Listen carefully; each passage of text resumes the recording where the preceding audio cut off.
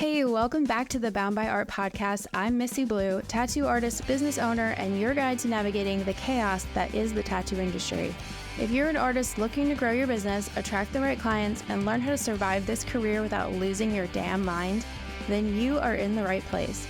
Every week, I'll be bringing real talk, actionable tips, and hard-earned lessons from my own journey with a side of good vibes and a little bit of sarcasm. Whether you're new to the game, feeling stuck, or you just need a kick in the ass to get that spark back again, this is the show for you. Welcome to Bound by Art. Now let's get to work.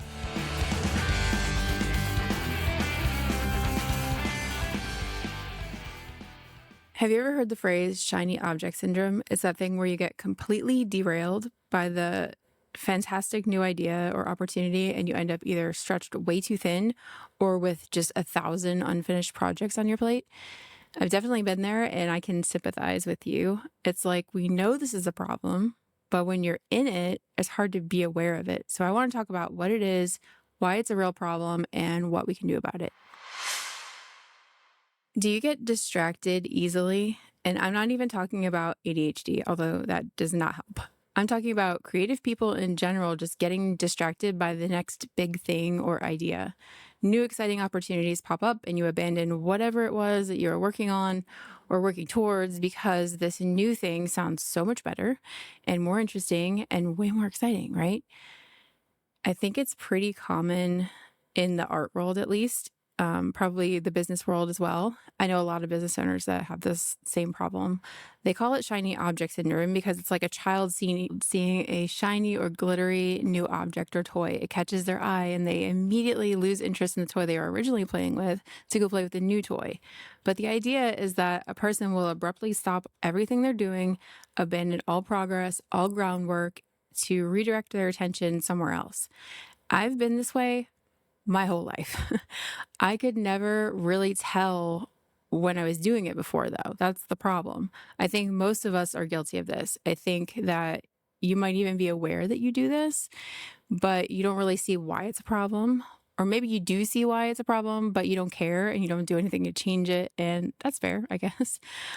But there's also a chance that you just don't even recognize it at all until it's way too late. Regardless, if you're trying to actually get somewhere and do something significant and actually be successful in something that you're doing, you should probably reframe the way that you're thinking about this. Like I said, I'm not innocent in this at all. And I probably fall into that category of the people who know and don't care and don't do anything to change it.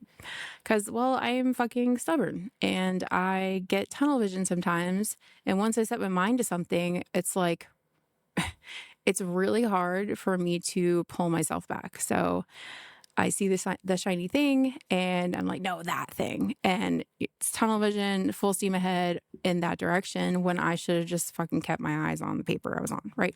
A perfect example of this is the Bluebird Art Collective that I had. In 2022, I expanded the shop to the upstairs. So I originally started downstairs in an 800-ish square foot space, hired another artist. We ran out of room. We needed to move upstairs. I had piercing as well. It was getting too cramped down there. So my landlord offered me the entire second floor. So I moved us upstairs and had this great idea that I'm going to open a gift shop downstairs. So I was going to get all the local vendors and crafters and makers to put their stuff in this gift shop and sell it in there, which I still think is a great idea. Like, I love the idea of that. However, I had to completely dilute my focus in order to juggle all of the things. So I'm running a business, I'm tattooing full time, and now I have a gift shop and I have to wrangle. I think we had about 30 or so vendors down there. And I had to make sure that was all running smoothly. Oh, and I had piercing. And I had to deal with that too. And like, it was just so many things.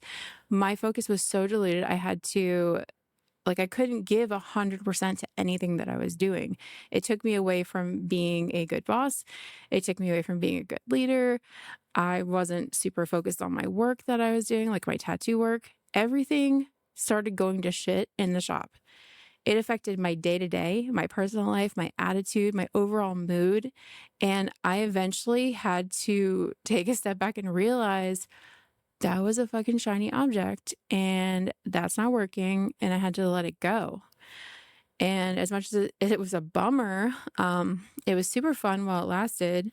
I still really love the idea. It was a bummer that I couldn't make it work, but that wasn't where my focus needed to be. It was definitely a distraction, and it completely fucking derailed me. Will I come back to this idea again in the future? Probably. But I'm going to make sure that I am good when I do that, and it's not just a shiny object, and that there is a reason and it makes sense and I'm ready for it. So it's not all bad, right? So there's some positive things about the shiny object, which is why we do it in the first place. And I say positive very loosely because they're not real positives, but I'm going to go over them so that we can acknowledge why we're fucking like this, right? If you're always chasing after the shiny thing, you're perpetually in this honeymoon phase. So there's that intense like passion and excitement for the project or idea, and you kind of romanticize what it could be like and what you can do with this and how much fun it's going to be. And you get this high dose of dopamine and oxytocin and serotonin. But these are just the chemicals that are associated with the pleasure and reward systems in your brain. They're not real. I mean, they are real, but they're not trustworthy. We don't trust these guys. On top of that, you just have this general uncertainty and unpredictability and an unknown potential in this fresh new idea. It can be almost like a drug for some people. Hi, hello, I'm some people. It's my drug of choice.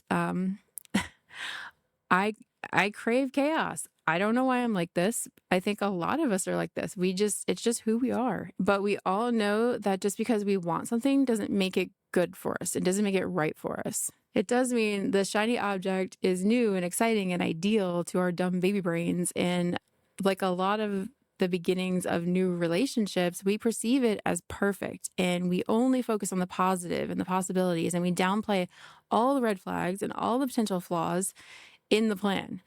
For me, one of the most attractive parts of the glittery thing is that I'm a big fan of the ideation part. Admittedly, I'm a total fucking dreamer in every sense of the word. And there's actually this personality test that I have all my potential employees take, and it will basically tell you like what your working style is. I know that's super extra, but I just want to know what I'm getting into, who I'm going to be working with, and how we're going to make this work together. But it's called the Predictable Success, which is it? Predictable Success Leadership Quiz. Feel free to go take it and tell me what you got, because I find it super interesting. Anyway, based on your answer, you get a score in like 4 different working types. So there's operator, processor, visionary, and synergist. I scored 600 out of, I think it's like 900. 600 out of 900, I scored as a visionary, which means I scored so high that I'm almost like handicapped. That I am a dreamer and an idea person like to a fault. So if you're an artist or a business owner, you most likely fall into this category too. And you probably also suffer from the shiny object syndrome. You probably fall into this category of visionary and dreamer and idea person because coming up with ideas is your favorite part of business. And honestly, like I think I see it as my specialty. It means that I get to plan and dream and come up with a new strategy. And I've learned that I'm the type of person that just loves to build things. And I don't mean like, I don't like tinker and like, actually I fucking do. What am I saying? I don't build things with my hands. Like I do that too. Okay. I just want to build stuff in general, I guess. The physical sense of the word, and I guess the ideas and plans. But that's how I am. Like, that's the fun part for me, putting pieces together like a puzzle and figuring out how to make them work. I love the challenge of it. It's like a game to me. It's exciting. And that's the part that I'm interested in. Not all the boring shit like consistency and like following through on things or following up. Fucking boring. Like, it's definitely not my strong suit. The idea part satisfies my need to explore almost. It's like instead of exploring new places, I'm exploring these new ideas, but following through on them, not so much. which is why I need to be paired with somebody who scored high as an operator in this test, because they ground me and they get me to the point of follow through. So all of that are reasons that it's fun and exciting and shiny and bright to us. But unfortunately, it all comes with some serious cons, more like consequences. Because when you only focus on chasing after the excitement and the high of that honeymoon phase or on a project or idea, once it's built and once it starts to get difficult and you have to get into a routine where it's all familiar and it's all the same all the time, it's not as fun and we get bored. And then we start looking for a way out. And when you get to that point, your eyes start to wander and you're open to new potential ideas and projects. And next thing you know, you're abandoning this one to chase after the next one. And for me, it's almost like the more I feed into chasing the new thing, the faster I get bored with the current one. Because now I'm out here just fucking dopamine chasing.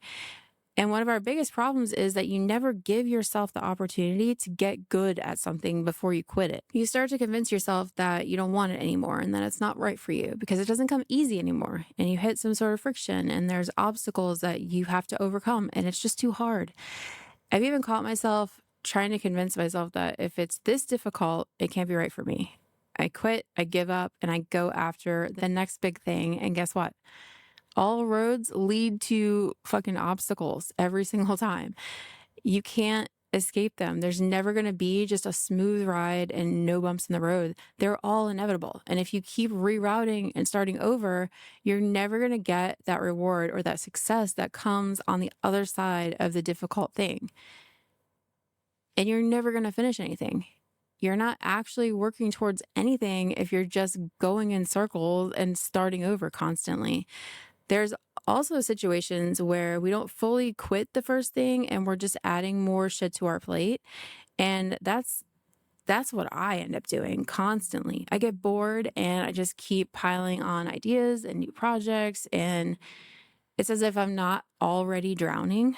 I'm like, sure, I'll take on a new thing. Like, why not? That sounds fun. But what happens is my focus starts to get diluted. And now I'm trying to split my time, my energy, my creativity, my money in several different directions. And it just doesn't work. There's this quote that has stuck with me for a while now, and I have to keep reminding myself of it. I should honestly just like frame it and put it on the wall where I can see it at all times. But it's a guy named Rory Vaden who says, when you have diluted focus, you get diluted results. You can only really focus on one thing at a time. Any more than that, you'll either be severely slowing down your progress or making zero progress at all. I intentionally planned this episode to come after the episode where I talk about setting goals for next year, because if you use the workbook that I made for you, you'll likely have a lot of different goals that you're working towards. And I want to make sure you hear me when I say you cannot focus on all of them at the same time, or you will get nothing and nowhere. You're going to have to choose the most important ones and focus there. And if you're trying to create new habits, you honestly are only going to be able to create one new habit at a time. Master the first one, and then you can add on to it. Focus on one goal, one habit, make it a routine, get it under control, make it boring, and then you can add your next one. And I promise this thought alone will save you so much time spinning tires and running in place. There's an old proverb that I think also explains it perfectly. The man who chases two rabbits catches neither. It gives you a great visual of what exactly we're doing here. So if we're going after all of the things all at once, we're never getting anywhere. We're never getting anything. The truth that none of us wants to hear or believe is that it's better to go all in on one idea. Give 100% to one project than it is to give 20% to 5 different directions. The growth that you're looking for is in the boring, mundane, monotonous part. I hate to break it to you, but that is the reality. And all of that time and repetition is what fine-tunes and improves and progresses things little by little. It's overcoming obstacle after obstacle and learning lessons from all of those annoying failures, and that's the thing that's going to move you forward. But if you can get past that part and create a system and something that works without you and stick with it, it will eventually free up your time and allow you the mental space to go after that next thing if that's what you really want. In the moment, giving up the annoying, difficult, or boring thing can feel like the right choice, and it can feel like a relief. It can give you that spark of excitement that you're craving, but keep in mind that even that next shiny object will eventually bring you to this exact same point. If you don't quit too soon and you keep your focus on that one thing, there's no way that you won't eventually get a reward from it. Once you've decided what your goals are, don't give up until you've absolutely crushed them. The reward is so worth the time that you've invested. All right, guys, that's it for today's episode. I hope you're feeling inspired and ready to make some moves today. Remember, it's all about showing up, putting in the work, and staying true to yourself. If you got something out of today's episode, share it with a friend who might need to hear it, and make sure to subscribe so we can keep this momentum going. Get updates on all of our latest episodes, events, and more by following us on social media at Bound by Art Project and by heading over to the website boundbyart.com. Thanks for hanging out and putting up with my shit. I'll see you next time. Now shut up, quit making excuses, and go get better.